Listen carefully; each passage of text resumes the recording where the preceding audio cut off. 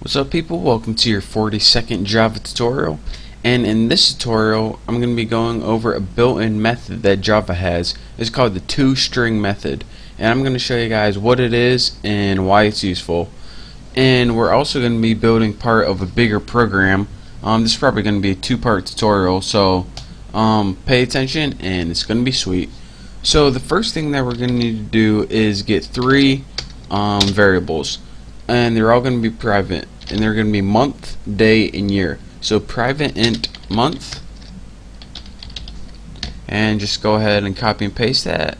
Take advantage of our laziness. Control V, int day, and private int year.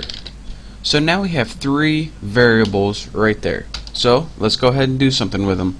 The first thing that we're going to want to do is build this PopPy. Again, you can see him on the PopPy class. So I'm going to build the PopPy constructor. So go ahead, public, and just go PopPy. And it's going to take three arguments. It's going to take int m for month, int d for day, and int y for year. Again, you can name these anything you want, not important. But remember to set your variables, which were your private variables, like month, equal to whatever you corresponding letter. I just put M, D, and Y for obvious reasons. So that private day variable is going to be set to whatever we pass in for D, and that private Y is going to be set to whatever we passed in for Y. So now we got our constructor, but we want our constructor to do one more thing. We want it to print out a string. So, and we just want it to print out so we can know that our constructor worked or didn't work. Make sure you put an equal sign right there. So let's go ahead and system out printf. We can just print format, and I already started filling them in for us. So let's go ahead and print out a string. So let's put come on, Haas. Let's put the constructor. Make sure you spell it wrong. For this is, and then we'll go ahead and put %s, and that means string, and then go ahead and put a new line if you feel like it. If you don't feel like it, you know, you don't gotta. And now, as you can see right here, our C style format, it takes one string argument. So in our second argument, just go ahead and write this.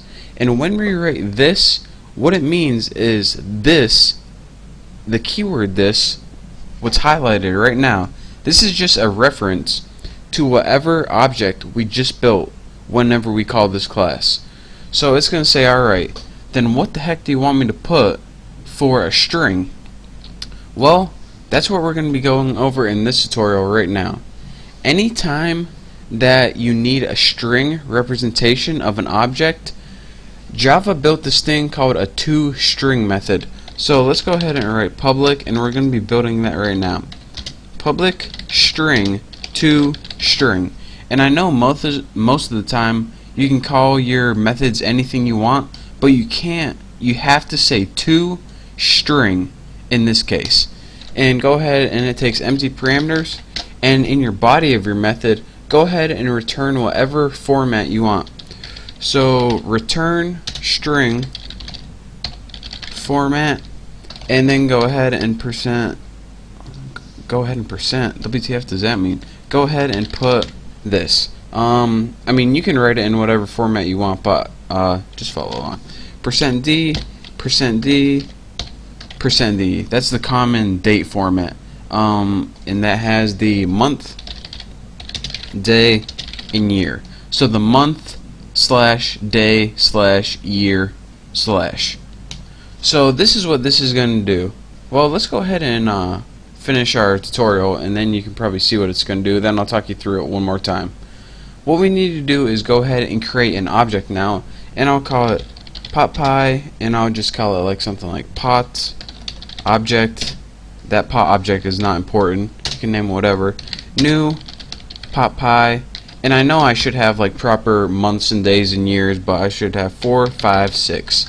6 seems like a good year, a long time ago.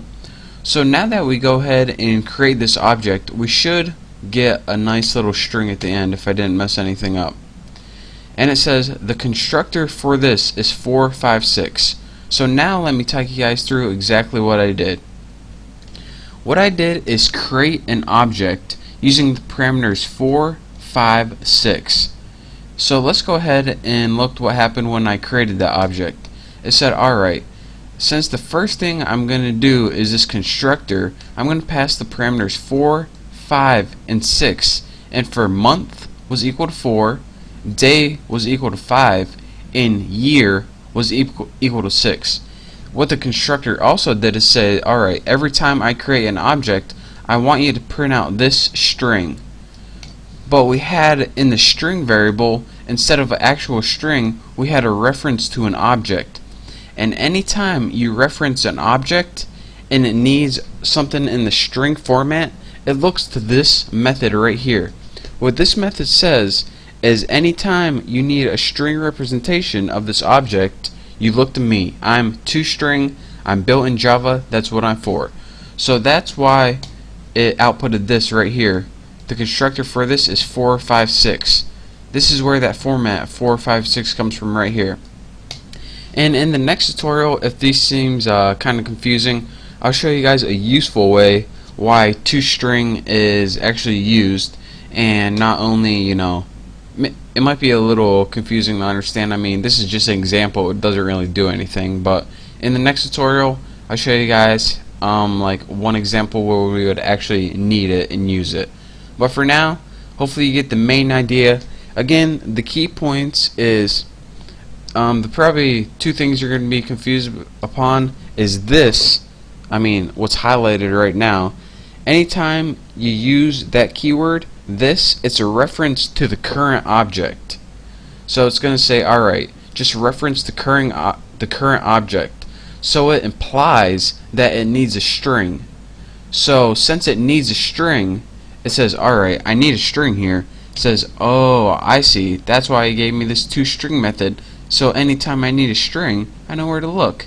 So, makes sense. And if it doesn't, it will in the next tutorial. But for now, thank you guys for watching. Hopefully you understand the basics of a toString method, and don't forget to name it toString. That's very important. So again, thank you guys for watching, and I'll see you next tutorial.